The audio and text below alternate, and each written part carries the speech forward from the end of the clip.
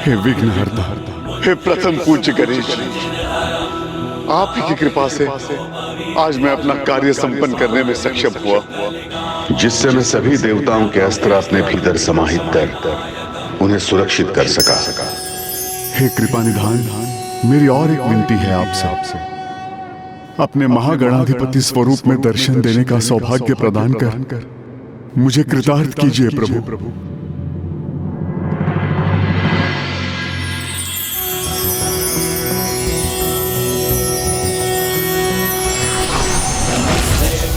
रूपाय विष्णुरूपाय ते नमः। नमस्ते रुद्ररूपाय कलिरूपाय ते नमः। विश्वरूप स्वरूपाय नमस्ते ब्रह्मचारिणे। भक्तप्रियाय देवाय नमस्तुभ्यं विनायक। ॐ सिद्धिबुद्धिसहिताय महागणपतये नमः। आज मेरा मान, मेरी प्रतिष्ठा रखने के लिए आपको कोटि कोटि धन्यवाद प्रभु। एक अत्यंत संकट भरी स्थिति में देवताओं के दिव्य अस्त्रों को अनुचित हाथों में जाने से सुरक्षित करने का महत्वपूर्ण दायित्व निभाने के पूर्व आप मेरे नाम का स्मरण करना नहीं भूले। इसलिए मैं भी आपको आशीष देता हूँ कि आप पर कितनी भी विकट स्थिति की छाया क्यों न पड़ जाए, किंतु आप अपना संयम कभी नहीं खोएंगे। और मैं ये भी घोषणा करता हूँ कि आज से जो भी भक्त नेक कार्य करने के पूर्व श्रद्धा भाव से मेरे नाम का उच्चारण करेगा, मैं अपने पंचमुखी रूप में उसके द्वार पर स्थित होकर किसी भी विघ्न को उस द्वार में प्रवेश नहीं करने दूंगा।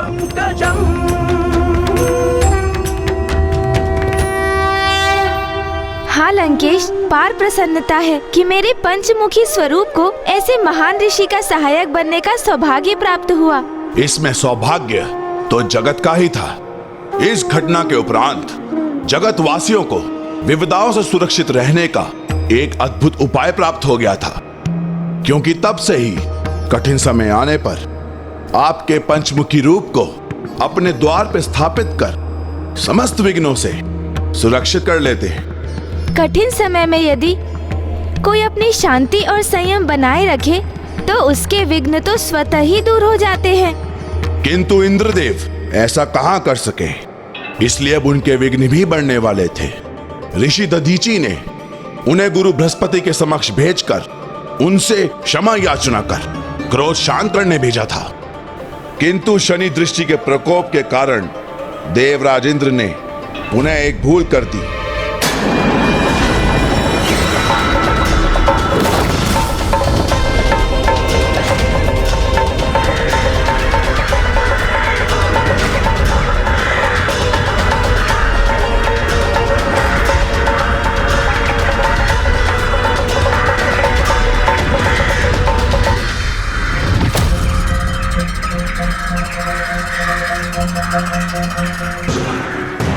देवराज, हम उचित दिशा की ओर क्यों नहीं बढ़ रहे हैं? स्मरण कीजिए, देवगुरु बृहस्पति का आश्रम तो इस ओर है। इंद्रदेव, आपको आपके वचन के अनुसार देवगुरु बृहस्पति जी का क्रोध शांत कर उनसे क्षमा मांगकर उन्हें वापस लौटाना है। मैंने ये वचन दिया था कि देवगुरु के पद को कभी रिक्त नहीं रहने दूंगा, किंतु उसका अर्थ यह नहीं था कि उस स्थान पर गुरु बृहस्पति पुनः स्थित होंगे। मेरे विचार से ऋषि विश्वरूप ही देवगुरु पद के लिए सर्वथा योग्य है।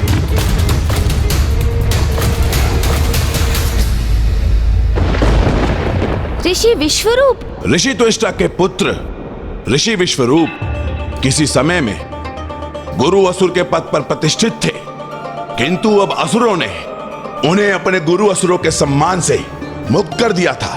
और अब देवराज इंद्र उन्हें देवगुरु के पद पर प्रतिष्ठित करना चाहते थे। शनि देव की दृष्टि पड़ने पर जो संयम धारण नहीं करता वह सदैव अनुचित निर्णय ही लेता है, क्योंकि देवराज का यह अनुचित निर्णय उनके लिए अत्यंत हानिकारक होने वाला था। देवराज, यदि आप वचन दें कि जिस प्रकार का अपमान आपने ऋषि बृहस्पति का किया था, वैसा अनुचित व्यवहार आप मेरे पुत्र के साथ नहीं करेंगे, तो उस अवस्था में ऋषि विश्वरूप देवगुरु के पद पर स्थापित हो सकते हैं। आप निश्चिंत रहिए ऋषिवर। मैं देवराज इंद्र आपको यह वचन देता हूं, आपके पुत्र ऋषि विश्वरूप देवगुरु के स्थान पर प्रतिष्ठित होंगे और हम देवता कभी भी उनका कोई अपमान नहीं करेंगे। किंतु स्मरण रखिएगा, मैं अपने पुत्र का कोई भी अपमान कदापि सहन नहीं करूंगा। ऐसी अवस्था में मेरे क्रोध से भयंकर और विकराल कुछ नहीं होगा, और यदि मेरा क्रोध जागृत हुआ तो कोई शेष नहीं रहेगा।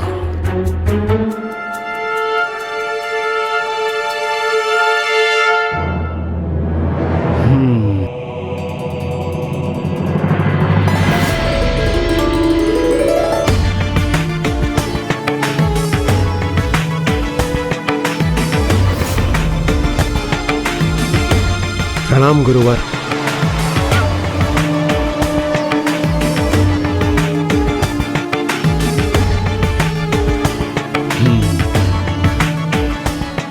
मैं ऋषि त्वष्ट का पुत्र ऋषि विश्वरूप देवगुरु का पद स्वीकार करता हूं और एक शक्ति प्राप्ति यज्ञ के आयोजन से मैं इस नवीन कर्तव्य के निर्वहन का आरंभ करूंगा। इसीलिए आप सभी जाकर यज्ञ की तैयारी कीजिए।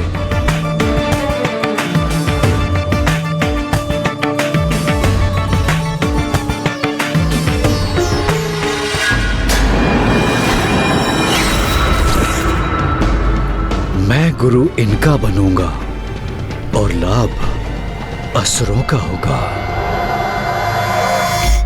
असुरों का लाभ होगा? उनके इस कथन से ऋषि विश्वरूप का क्या अर्थ था? ऋषि विश्वरूप के मन में अभी भी असुरों के लिए स्नेह शेष था, इसलिए उनका लाभ कर स्वयं को गुरु पद पर स्थायी रूप से स्वीकार करवाना चाहते थे। किंतु ये तो छल था। हाँ गौरी पुत्र, ऋषि विश्वरूप देवताओं के यज्ञ से प्राप्त हुई शक्तियों को असुरों में बांट देते थे। फिर एक दिवस देवराज इंद्र ने उन्हें ऐसे करते देख लिया, जिसके उपरांत एक सर्वनाशी स्थिति उत्पन्न हो गई।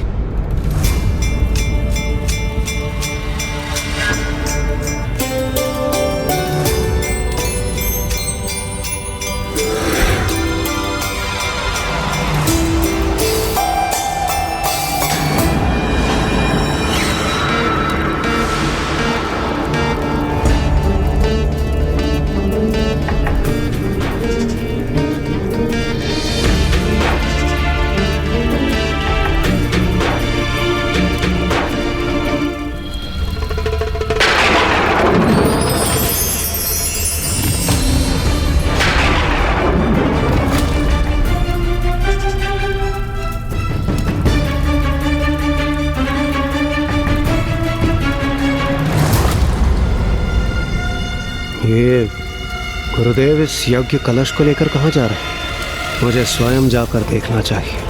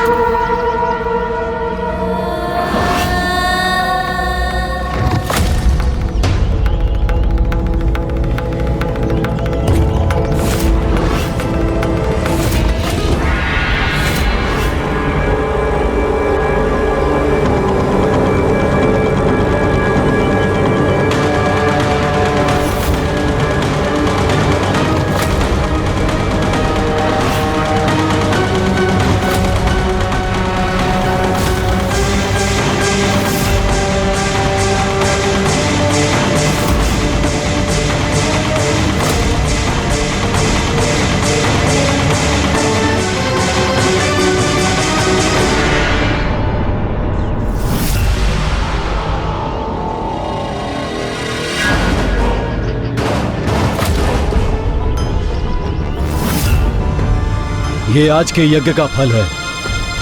इसे ले जाओ और शक्तिशाली असुरों में बांट दो।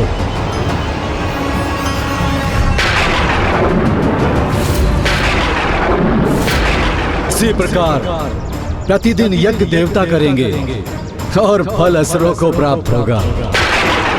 भोग देवता चढ़ाएंगे और प्रसाद असुरों को प्राप्त होगा।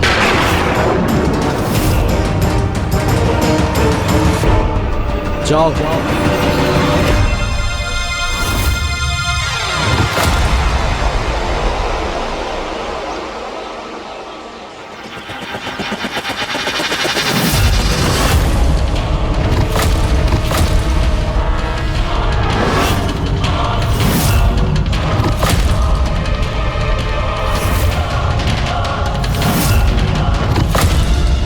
देवराज इंद्र, ये तो अत्यंत क्रोधित प्रतीत हो रहे हैं, अर्थात मेरा भेद खुल गया।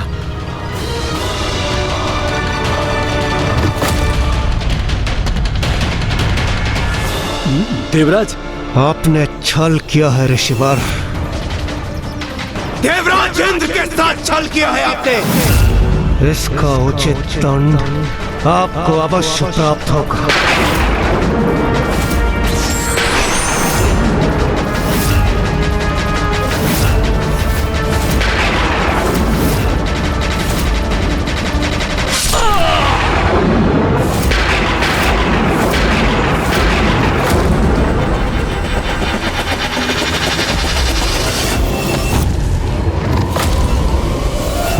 देवराज इंद्र ने आवेश में आकर ऋषि विश्वरूप का वध कर दिया और स्वयं पर ब्रह्म हत्या का दोष ले लिया।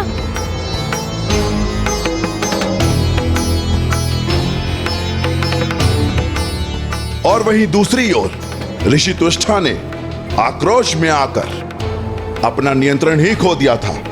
इंद्रदेव द्वारा उनकी पुत्र की हत्या जो हुई थी, तो अपने पुत्र का वध का प्रतिशोध लेने के लिए उन्होंने अपनी क्रोधाग्नि से एक भयानक पुत्र को जन्म दिया।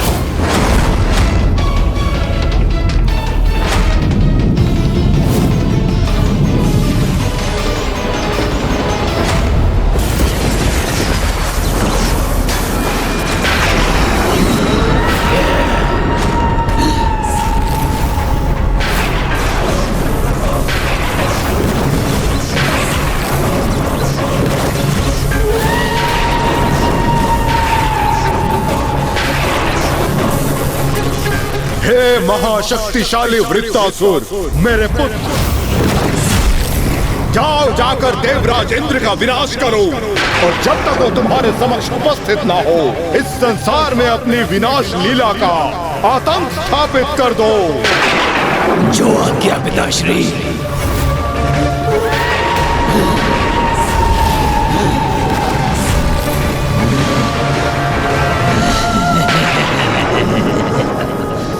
देवराज इंद्र, आपको तो मैं अवश्य नष्ट करूंगा, किंतु उसके पूर्व ये पूरी सृष्टि मेरे आतंक से कंपित हो जाएगी।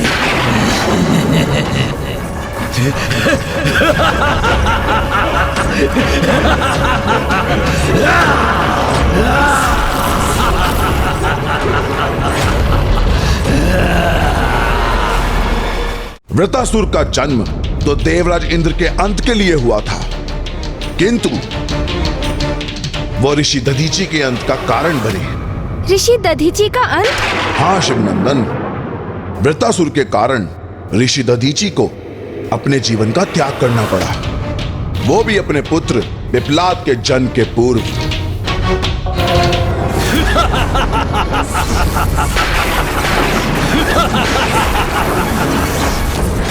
तो मुझे बताइए लंकेश, फिर आगे क्या हुआ? क्या ऋषि दधीची को भी ये ज्ञात हो गया था कि वो भयंकर असुर वृत्रासुर उनकी मृत्यु का कारण बनने वाला है? नहीं शिवनंदन, अभी तक ऐसा नहीं हुआ था।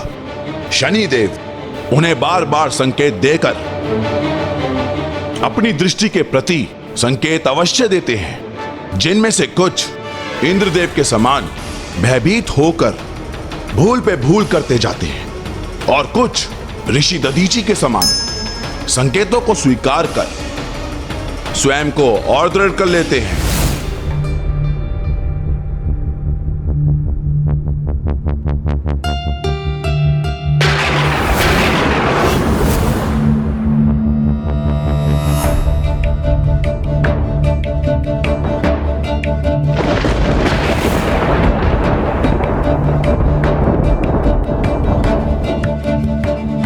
सावधान रहिएगा ऋषवर, मेरी दृष्टि तो अभी तक आप पर ही टिकी है, पीछा कर रही है आपका।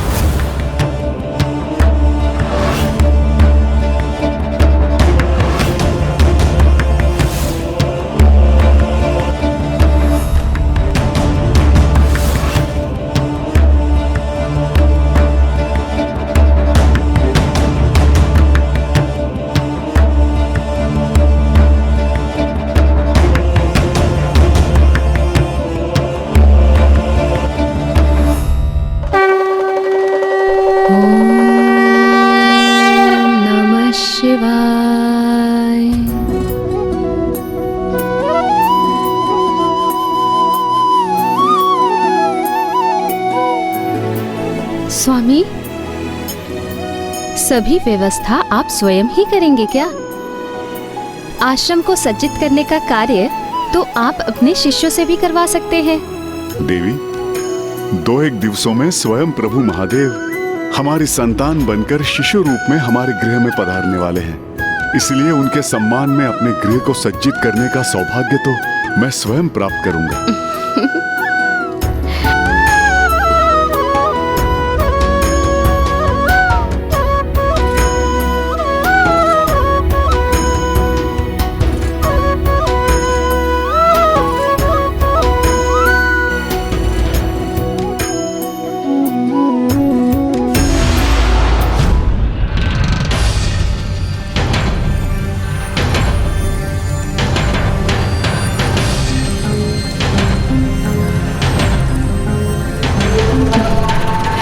स्वामी को इतना आनंदित देखकर मेरा मन भी अत्यंत हर्षित है।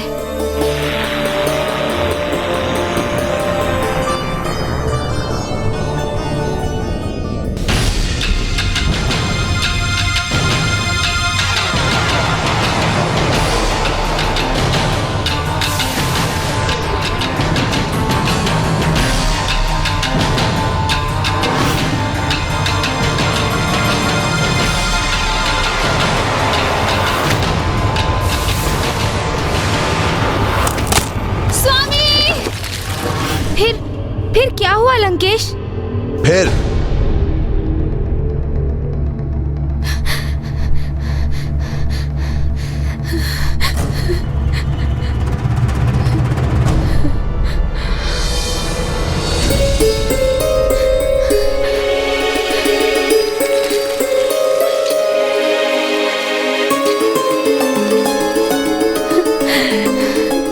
स्वामी, आप कुशल तो है?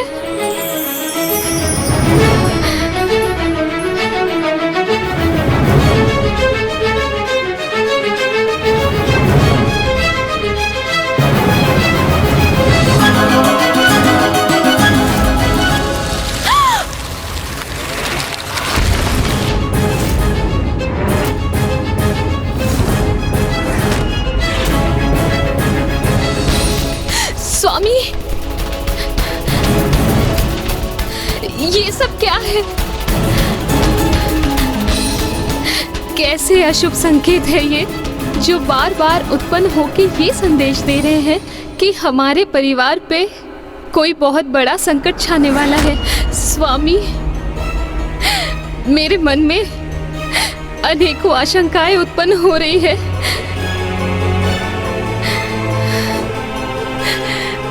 भावी संकटों के संकेत पाकर उनके प्रति सचेत रहना तो सर्वथा उचित है देवी, किंतु उनसे भयभीत होना उचित नहीं है। ये चाहे कैसे भी संकट हो, किसी का भी प्रभाव हो, हम एक साथ रहकर ही उनका सामना करेंगे। और मैं पुनः कह रहा हूं, जिस गृह में स्वयं महादेव शिशु के रूप में प्रकट होने वाले हों, वहां तो वैसे भी किसी भय का औचित्य ही नहीं।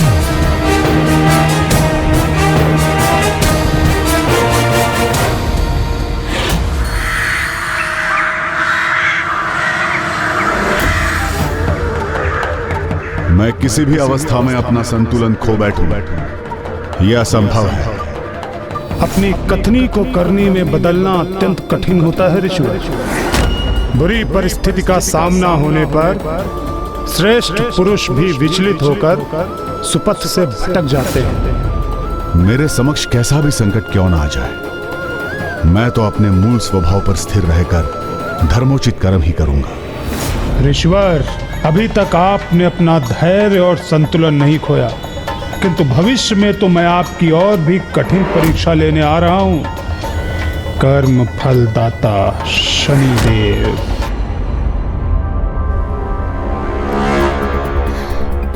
ऋषि दधीचि के समक्ष आने वाले प्रत्येक संकटों का सामना करने के लिए तत्पर थे, पर उन्हें ज्ञात नहीं था कि वह संकट किस रूप में आने वाला है।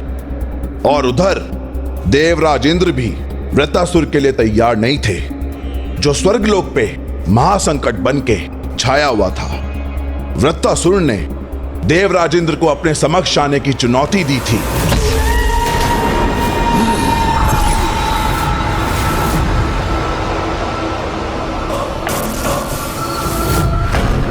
मेरे समक्ष आकर मेरा सामना करो इंद्रदेव, अन्यथा तुम्हारे स्वर्गलोक को मैं अदृश्य कर दूंगा।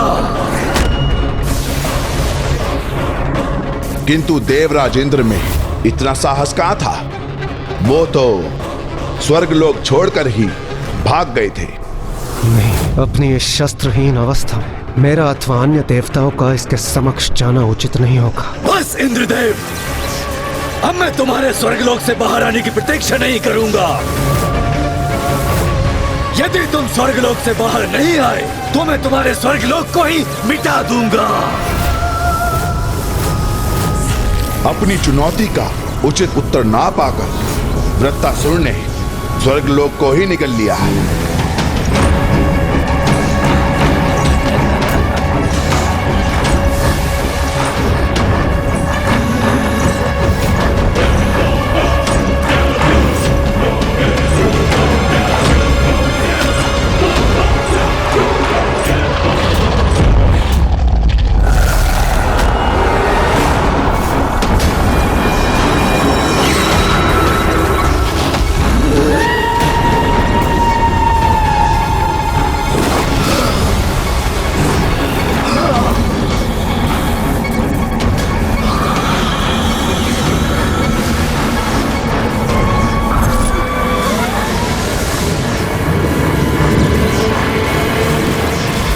ब्रह्मांड के किसी भी स्थान पर क्यों न छुप जाओ इंद्रदेव, तुम्हें मुझसे कोई भी सुरक्षित नहीं बचा सकता, क्योंकि जिस प्रकार मैंने स्वर्गलोक को निकला है उसी प्रकार मैं पूरे ब्रह्मांड को निकल जाऊंगा।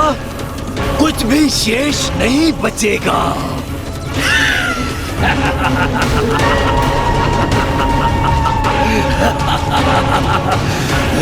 इंद्रदेव,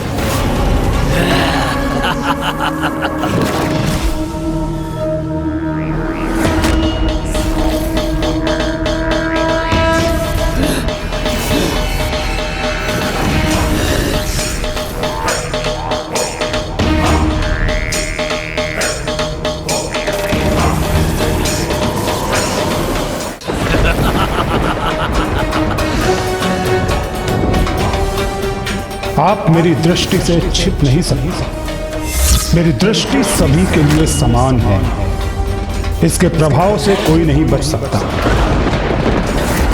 बस गुरुदेव, यदि आप देव गुरु हैं तो मैं भी देवराज हूं, और इस प्रकार के शब्द आपके मुख से शोभा नहीं देते। मैं संपूर्ण सभा के समक्ष देव गुरु पद का परित्याग करता हूँ। इंद्रदेव, ऋषि दधीचि को दिए गए वचन को भूलना उचित नहीं है। आपको आपके वचन के अनुसार देवगुरु बृहस्पति जी का क्रोध शांत कर उनसे क्षमा मांगकर उन्हें वापस लौटाना है। किंतु उसका अर्थ ये नहीं था कि उस स्थान पर गुरु बृहस्पति पुनः स्थित होंगे। देवराज इंद्र के साथ छल किया है आपने। इसका उचित दंड आपको अवश्य प्राप्त होगा। सत्य है, जब शनि की दृष्टि किसी पर पड़ती है तो उसे संपूर्ण संयम और सूझबूझ के साथ प्रत्येक परिस्थिति का सामना करना चाहिए। किंतु मैंने जो किया वो सर्वथा विपरीत था। मुझे अभी और इसी क्षण सर्वप्रथम अपनी प्रथम भूल को सुधारना चाहिए। स्वर्गलोक का लुप्त होना तो एकमात्र आरंभ था, क्योंकि वृत्तासुर संपूर्ण ब्रह्मांड को निगलने के लिए तत्पर था और ऐसे समय में अपने गुरु, अपने अस्त्र और अपने लोक को खोने के उपरांत देवराज इंद्र का विवेक अवश्य जागृत हुआ, किंतु वो अपनी भूल को सुधारने का अवसर खो चुके थे, क्योंकि बहुत देर हो गई थी। लीजिए लंकेश, जल ग्रहण कीजिए। मेरी माँ तो सदा कहती हैं कि अपनी भूल सुधारने के लिए जो उचित है वो करने के लिए देर कभी नहीं होती। किंतु फिर कुछ ऐसे भी उदाहरण हैं जहाँ उचित और अनुचित का भेद भूलकर कार्य व्यक्तिगत स्वार्थ से किया जाता है, किंतु दिखावा भक्ति का होता है। वहाँ कोई सुधार कैसे संभव है? ये आप किसके संदर्भ में कह रहे हैं पार्वती नंदन? नहीं नहीं लंकेश जी, मैं तो मात्र इस बात को रहने दीजिए। मुझे तो आप ये बताइए कि क्या सत्य में देवराज इंद्र को अपनी भूल का आभास हुआ और उन्होंने उसे सुधारने का निर्णय लिया? हाँ गौरी पुत्र, अपनी भूल को सुधारकर देवराज इंद्र अपने एक स्वार्थ को सिद्ध करना चाहते थे और उनकी अपेक्षा उस समय सर्वथा निराधार प्रमाणित होने वाली थी।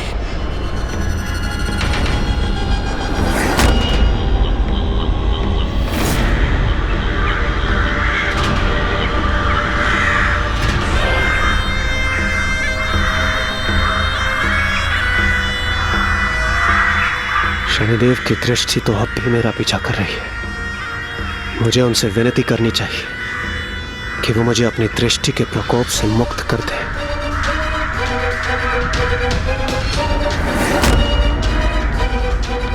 हे शनिदेव, मैं अपने समस्त दोषों को स्वीकार कर उन्हें सुधार लूंगा और जो भूल मुझसे हुई है उसके लिए मैं क्षमा याचना करूंगा।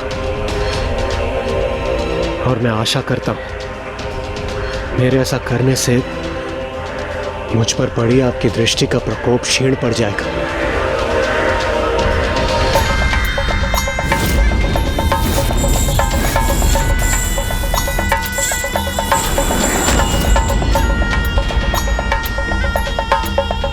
इतनी भूल करने के उपरांत भी आप ये अपेक्षा करते हैं कि आप पर मेरी दृष्टि का प्रभाव कम होगा? नहीं इंद्रदेव, ऐसा कदापि नहीं होगा। मैं आप पर अपनी दृष्टि का प्रभाव कम नहीं करूंगा। आपके कर्मों का फल तो अब आपके समक्ष आकर ही रहेगा। आपकी भूलों के कारण वृत्तासुर जैसा महासंकट उत्पन्न हुआ है, जिससे निपटने का उपाय अब आपको ही ढूंढना होगा। आपकी भूलों के कारण वृत्तासुर जैसा महासंकट उत्पन्न हुआ है। शनिदेव की दृष्टि का प्रभाव तो देवराज इंद्र पर पड़ना ही था, किंतु और भी अधिक दुखद ये था कि देवराज इंद्र से हुई इस भूल का परिणाम अब स्वर्गलोक सहित शेष देवगणों को भी सहना पड़ रहा था। मात्र स्वर्ग नहीं गणेश जी, वृत्तासुर तो अब संपूर्ण सृष्टि को निगलने के लिए तत्पर था, एवं कोई भी देवता अपने दैविक अस्त्रों से भी उसका सामना करने में सक्षम नहीं था।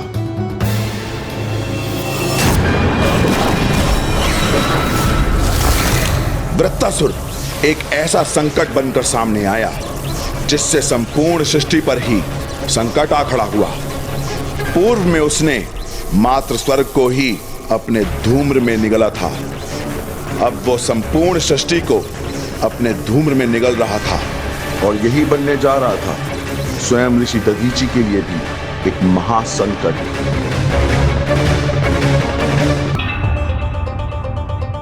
अब इंद्रदेव को शनि दृष्टि का प्रकोप भुगतना ही था, तभी तो उन्होंने देवगुरु बृहस्पति को उनके पद से निष्कासित कर विश्व रूप जैसे कुटिल और अयोग्य ऋषि को अपना देवगुरु नियुक्त कर लिया। हाँ पार्वती नंदन, इंद्रदेव को अपनी भूल का एहसास हो चुका था और वो इसका पश्चाताप करने ऋषि बृहस्पति के समक्ष पहुंचे और उनकी परिक्रमा करने लगे। गुरु ब्रह्मा गुरु विष्णु गुरुदेवो महेश्वर गुरु साक्षात् परब्रह्म तस्मै श्री गुरुवे नमः। गुरु ब्रह्मा गुरु विष्णु गुरुदेवो महेश्वर गुरु साक्षात् परब्रह्म तस्मै श्री गुरुवे। देवराज, आपको मेरी प्रदक्षिणा करने की कोई आवश्यकता नहीं है देवराज। नहीं गुरुदेव, मैं आपका दोषी हूं और इसी योग्य हूं। मैंने जो किया वो आप अपने दोषपूर्ण व्यवहार का प्रायश्चित कर रहे हैं, वही मेरे लिए पर्याप्त है। किंतु अभी तो हमें एकमात्र वत्रासुर को रोकने के उपाय पर अपना ध्यान केंद्रित करना होगा, क्योंकि वो समस्त ब्रह्मांड को विनाश के अंधकार में धकेलने को तत्पर है और वो तब तक नहीं रुकेगा जब तक उसने आपका वध नहीं कर दिया है।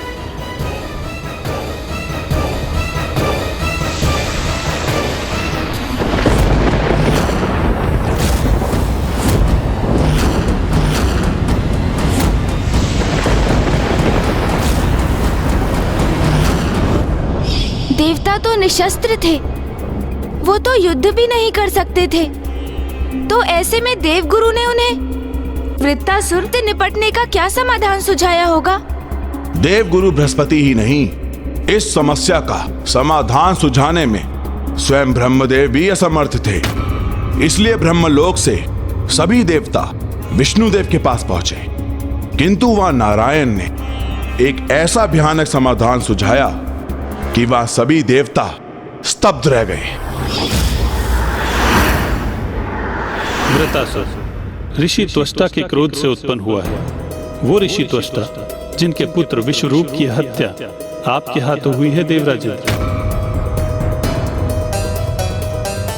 ऋषि के क्रोध से उत्पन्न उस असुर के वध के लिए हमें एक ऋषि की अस्थियों से निर्मित अस्त्र की ही आवश्यकता है, और एक ऐसे अस्त्र के निर्माण के लिए हमें केवल ऋषि दधीची की ही अस्थियों की आवश्यकता होगी, क्योंकि आप सभी के अस्त्र स्वयं के भीतर समाहित करने के पश्चात केवल उन्हीं की अस्थियों में इतना सामर्थ्य है कि वो एक शक्तिशाली अस्त्र का रूप धारण कर उस असुर का वध कर सकते हैं। देवगण, अब आप और विलंब मत कीजिए, शीघ्रता कीजिए और ऋषि दधीची के समीप जाइए, क्योंकि असुर वृत्तासुर ने ब्रह्मांड की परिक्रमा प्रारंभ कर दी, जिसके पूर्ण होते ही संपूर्ण ब्रह्मांड उसके व्रत अर्थात उसके घेरे में आ जाएगा।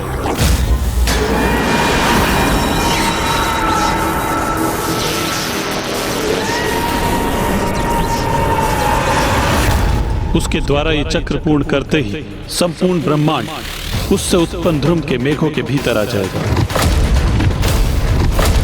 और उसका मुख एक अंधकारी कूप में परिवर्तित हो जाएगा, जिससे संपूर्ण ब्रह्मांड का तिनका उसमें समा जाएगा, कुछ भी शेष नहीं रहेगा।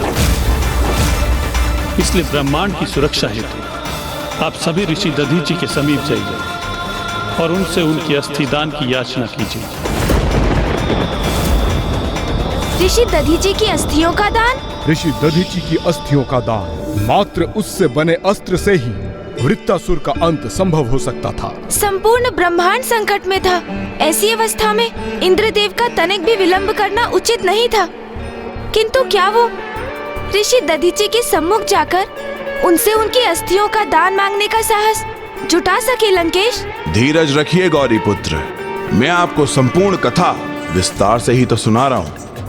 एक और देवराज इंद्र अपने साहस को एकत्रित कर ऋषि दधीची के आश्रम की दिशा की ओर बढ़ रहे थे, और वहीं दूसरी ओर ऋषि दधीची इन सबसे अनभिज्ञ अपनी संतान के रूप में प्रभु महादेव शिव शंकर शंभू की स्वागत की तैयारी कर रहे थे।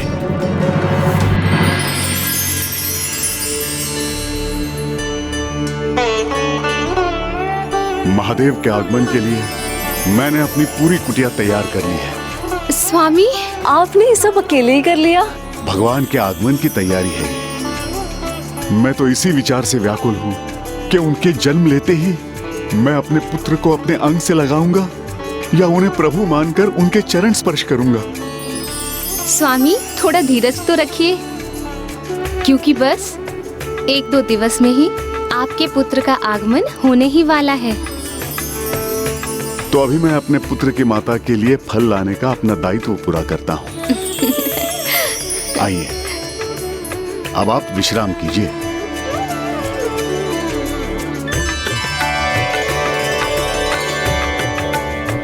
मैं शीघ्र लौट के आऊंगा।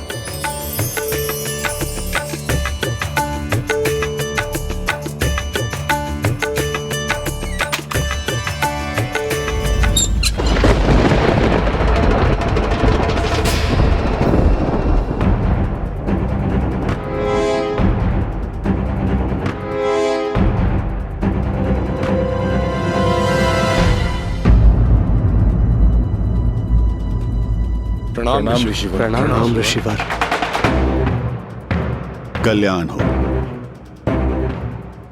किंतु आप सभी एक साथ? सब कुशल तो है ना देवराज?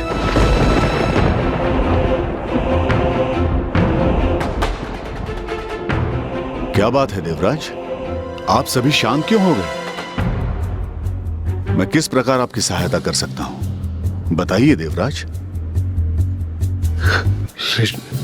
ऋषिवर, वो मैं तो स्वयं को कुछ भी कहने में असमर्थ पा रहा हूं। क्या कहूं, हाँ कैसे कहूं? देवराज, शीघ्र ही मेरे गृह में पुत्र का आगमन होने वाला है और मुझे अपने पुत्र के जन्म के लिए जो व्यवस्था करनी है उनमें अनेकों कार्य शेष हैं। इसलिए शीघ्र बताइए, आपको मुझसे क्या अपेक्षा है?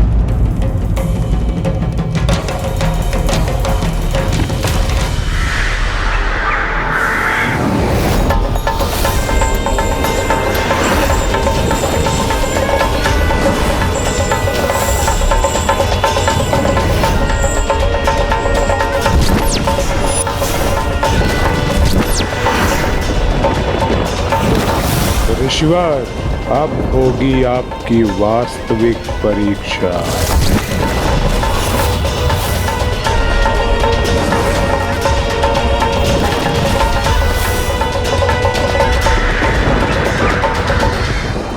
ये कैसा आभास हुआ मुझे, जैसे आश्रम के बाहर से किसी की दृष्टि मुझे भेद गई हो।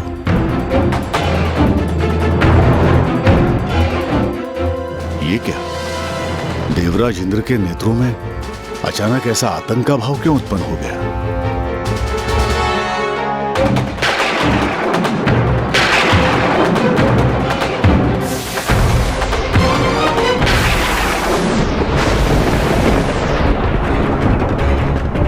कैसा भयानक अंधकार है ये, क्या कारण है इसका?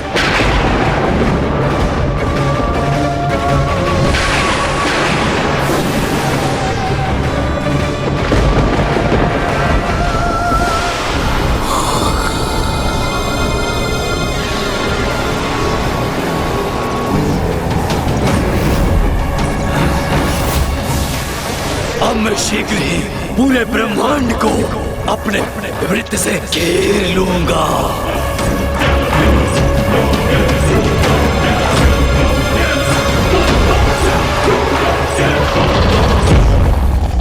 अब शीघ्र ही मैं पृथ्वी के कण कण को लीन लूंगा, कुछ भी शेष नहीं बचेगा। तब पूर्ण होगा देवराज इंद्र से और देवताओं से मेरे पिता का प्रतिशोध।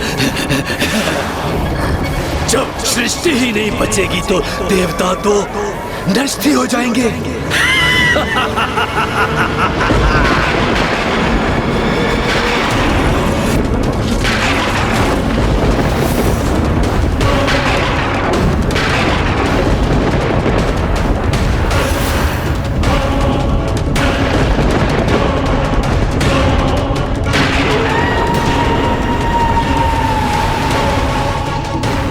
ये कैसे अनिष्टकारी स्याह वर्षा है। अवश्य संसार पर कोई महासंकट छाया है।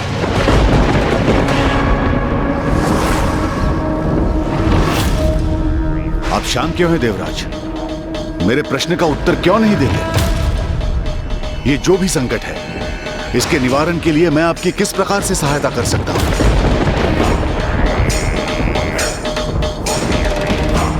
मुझसे क्या चाहिए आपको?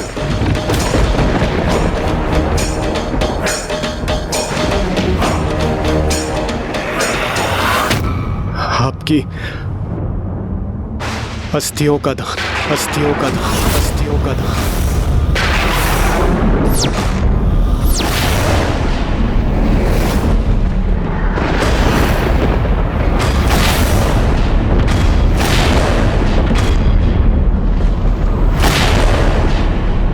आपने एक पिता के समान अपने हाथों में भरकर मेरे शिवलिंग का ध्यान रखा, जिससे मैं अत्यंत प्रभावित हुआ। इसलिए मैं आपको वरदान देता हूं कि मैं स्वयं आपके पुत्र के रूप में प्रकट होऊंगा। मैं तो इसी विचार से व्याकुल हूं कि उनके जन्म लेते ही मैं अपने पुत्र को अपने अंग से लगाऊंगा या उन्हें प्रभु मानकर उनके चरण स्पर्श करूंगा। आपकी अपार उत्सुकता तो स्पष्ट दिखाई दे रही है, लेकिन थोड़ा धीरज रखिए, क्योंकि बस 1-2 दिवस में ही आपके पुत्र का आगमन होने ही वाला है। इसलिए मैं क्योंकि बस अस्थियों का दान स्वयं आपके पुत्र के रूप में अस्थियों का दान, अस्थियों का दान, अस्थियों का दान।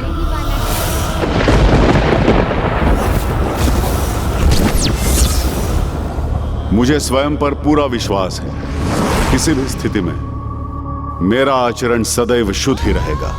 मैं कभी भी विचलित नहीं हो जाऊंगा। यदि दुर्भाग्य की छाया मुझ पर पड़ भी गई तो भी मैं धर्म पद से दूर नहीं होऊंगा। ये आपके धैर्य की, आपके धर्म परायणता की अंतिम परीक्षा है ऋषिवर।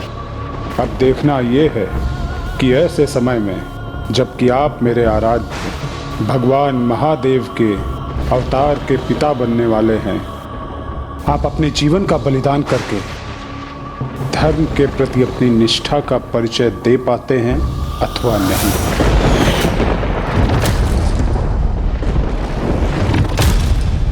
जो धर्म का पालन करते हैं वो कभी भी दान धर्म से पीछे नहीं हटते।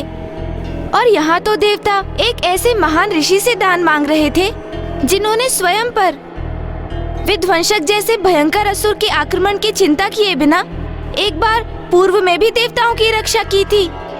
इसलिए मुझे विश्वास है इस बार भी ऋषि दधीची ने संकोच देवताओं की याचना अवश्य स्वीकार की होगी। नहीं गणेश जी, ऋषि दधीची को यह अधिकार भी तो नहीं था कि वे प्रसव पीड़ा से गुजर रही अपनी पत्नी को इसी हाल में छोड़कर निकल पड़े। उनके तो एक समक्ष समूची सृष्टि थी, जिसका एक छोटा सा भाग उनका परिवार था, तो दूसरी ओर उनका परिवार जिसमें व्यक्ति की प्रत्यक्ष सृष्टि बसती है। मुझे ज्ञात है ऋषिवर, जो दान मैं आपसे मांग रहा हूं वो समस्त दानों से परे, वो भी उस समय जब आप स्वयं पिता बनने वाले हैं।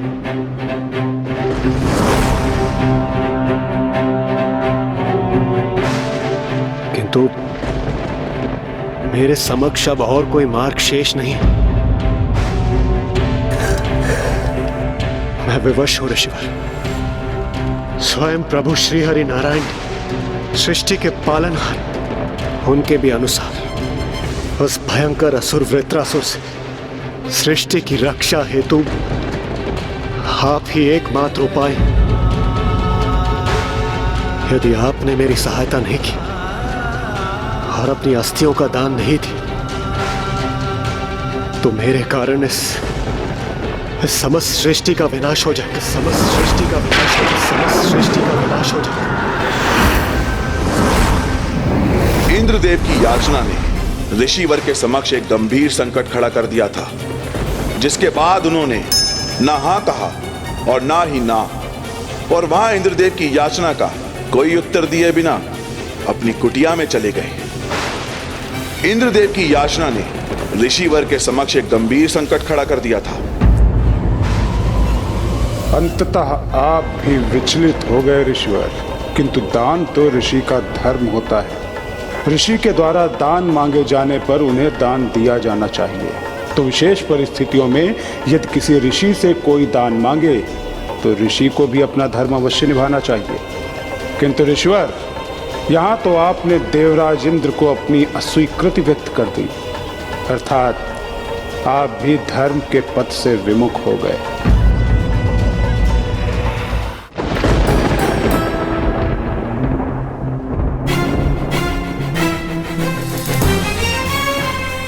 जिनके शुभ दर्शन से समस्त जगत खिल उठता है, वो शीघ्र ही हमारे अंक में खिलखिलाएंगे। जिनके समक्ष जगतवासी भोग लगाकर भोजन समर्पित करते हैं, वो स्वयं मेरे हाथों से भोजन ग्रहण करेंगे।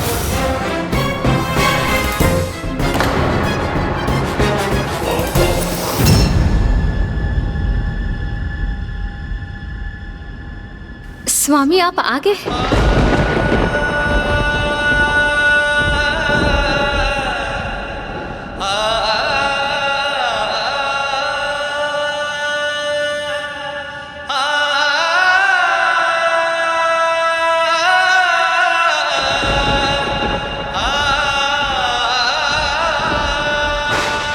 एक ऐसे अस्त्र के निर्माण के लिए हमें केवल ऋषि दधीची की ही अस्थियों की आवश्यकता होगी, क्योंकि केवल उन्हीं की अस्थियों में इतना सामर्थ्य है कि वो एक शक्तिशाली अस्त्र का रूप धारण कर उस असुर का वध कर सके। ऋषि दधीची तो निरुत्तर होकर अपनी कुटिया में लौट गए। क्या होगा वहां? वो दुष्ट वृत्रासुर समस्त ब्रह्मांड की परिक्रमा पूर्ण कर रहा होगा। तो फिर अब इस अनिष्ट को रोकने का क्या उपाय है देवराज? अब हमें शीघ्र कुछ करना होगा, अन्यथा अनर्थ हो जाएगा, सर्वनाश हो जाएगा।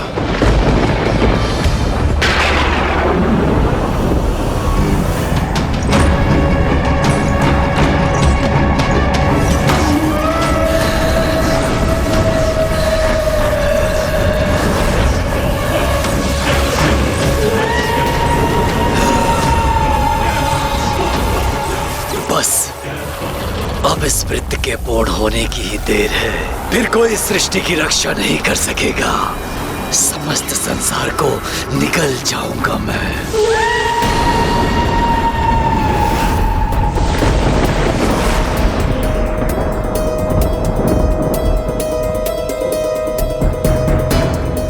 प्रभु, वृतासुर का विनाशकारी प्रकोप अब क्षीर सागर को भी प्रभावित कर रहा है। हमें शीघ्र ही इस संकट को दूर करना होगा, अन्यथा अनर्थ हो जाएगा।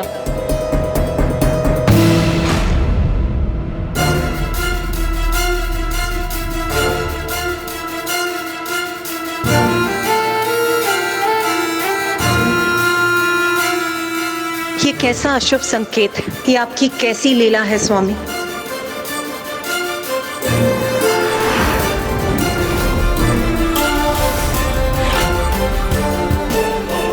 अब एकमात्र ऋषि दधीची ब्रह्मांड की सुरक्षा को सुनिश्चित कर सकते हैं।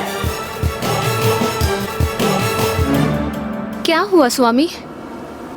आप इतने व्याकुल क्यों हैं? मैं आपसे एक अनुमति प्राप्त करना चाहता हूँ। मुझसे कैसी अनुमति चाहिए आपको? अर्धांगिनी की अनुमति ही किसी भी कार्य में उसके पति की सफलता का आधार बनती है। इसीलिए यदि पति को शिक्षा के हेतु किसी अन्य नगर या ग्राम जाना हो, तपस्या के लिए किसी दूरस्थ स्थान की यात्रा करनी हो, तो सदैव पत्नी की अनुमति से ही पति को ऐसा करना चाहिए।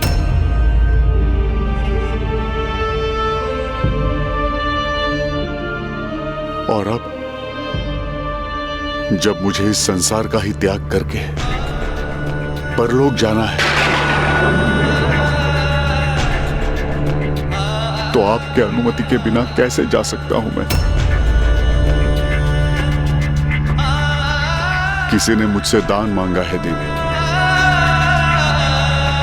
आप इस ऋषि को दान देने की अपना ऋषि धर्म निभाने की अनुमति दे दीजिए।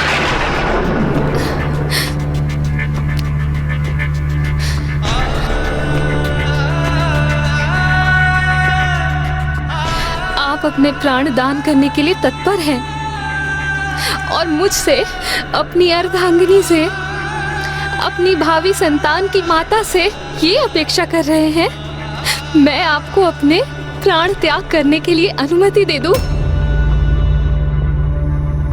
ये विचलित होने का अवसर नहीं है देवी।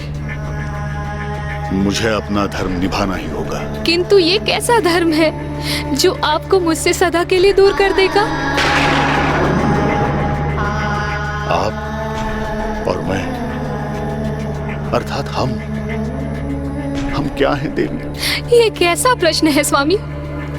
आप, मैं और हमारी होने वाली संतान, हम एक परिवार हैं। और हमारा परिवार कहाँ सुरक्षित रह सकता है?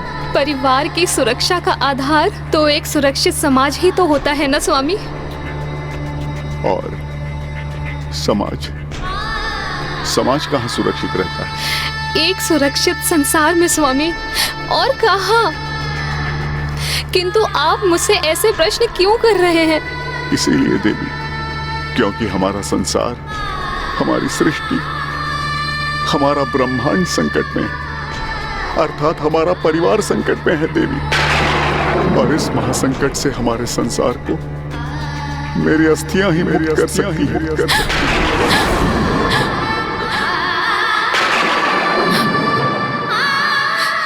इसीलिए मुझे देवताओं को अपनी अस्थियां दान करने की अनुमति दे दीजिए देवी। किंतु आप अस्थियां दान में देकर अपने प्राण त्याग देंगे तो प्रभु के अवतार के पिता होने का सुख कैसे प्राप्त करेंगे? और मैं स्वामी, मैं आपके बिना कैसे रह सकूंगी?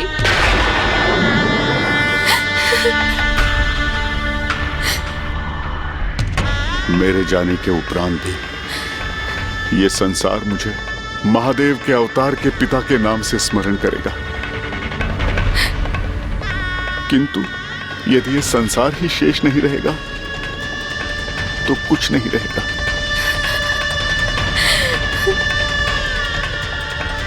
ये परिवार भी नहीं देवी। इसीलिए अब विलंब मत कीजिए, मुझे शीघ्र ही अनुमति दे दीजिए।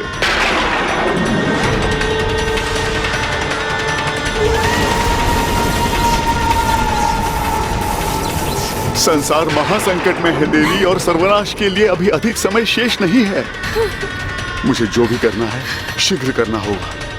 अपनी समस्त शंकाओं का त्याग कर मुझे अनुमति दे दीजिए देवी।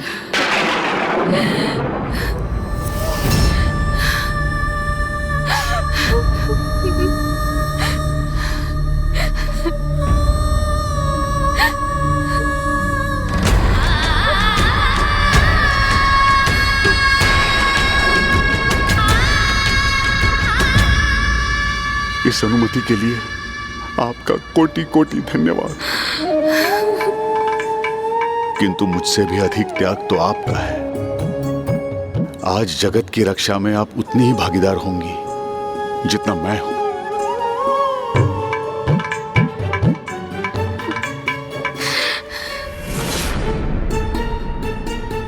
दुख तो इस बात का है कि मैं अपने पुत्र के रूप में स्वयं प्रभु को अपने अंक में नहीं भर सकूंगा।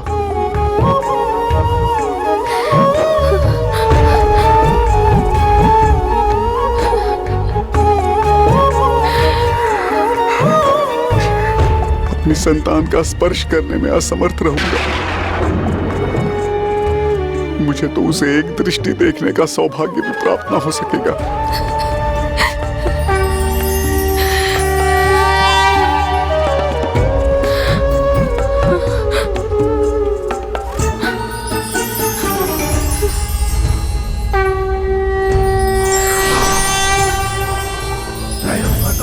शिवम नमामि हे उमापति जय नीलकंठ जय अनंत नमोस्तुते नमोस्तुते।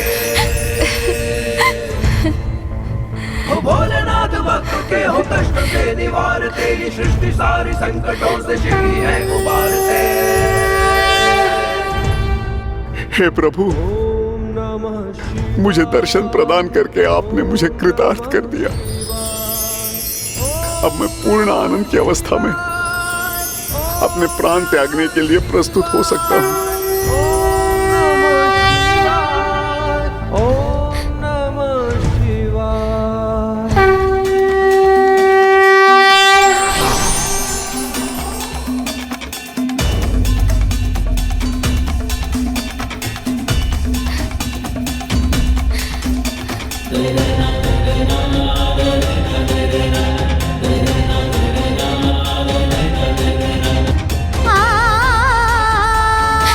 स्वामी, स्वामी, स्वामी, स्वामी,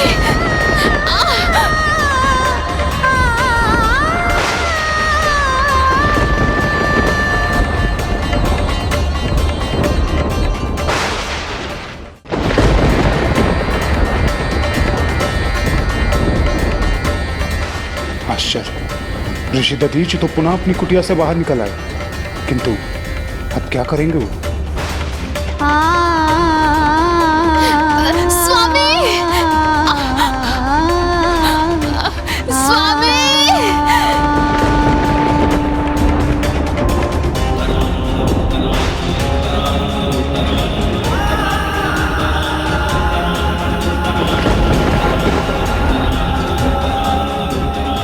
प्रभु शिव की कृपा से संसार को एक दुष्ट और भयानक असुर वृत्रासुर के प्रकोप से रक्षित करने हेतु मैं अपनी अस्थियों का दान करने के लिए प्रस्तुत। मैं अपनी अस्थियों का दान करने के लिए प्रस्तुत। मैं अपनी अस्थियों का दान करने के लिए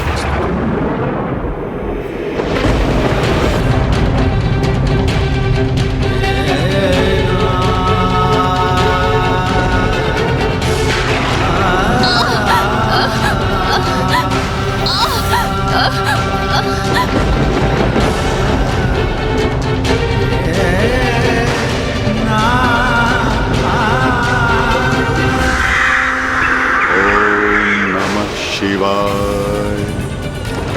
ओम नमः शिवाय। ओम नमः शिवाय। ओम नमः शिवाय।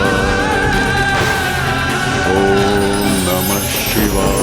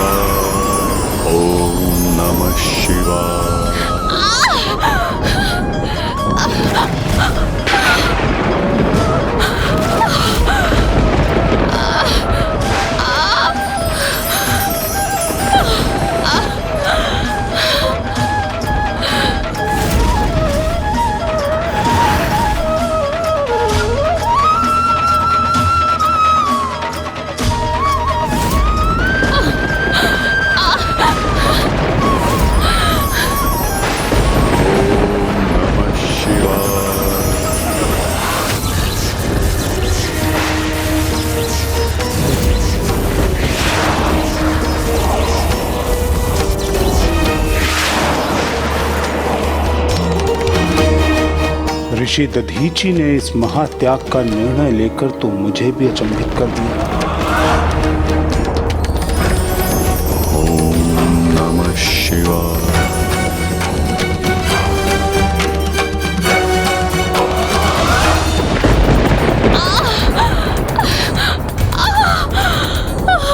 ना ये सूर्य, ना ये चंद्रमा, ना ही ये धरती, सब नष्ट हो जाएंगे। मैं सबको निगल जाऊंगा।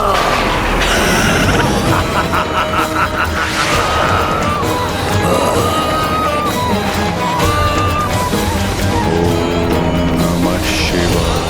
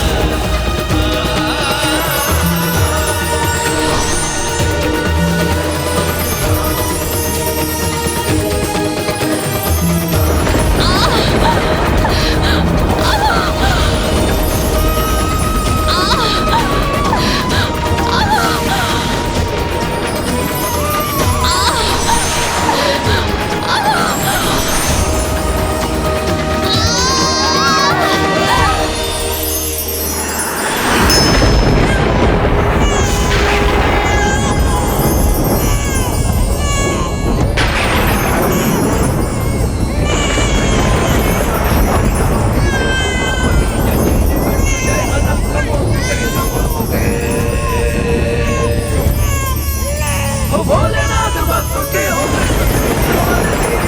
सारे संकटों से शिव ही है उबारते।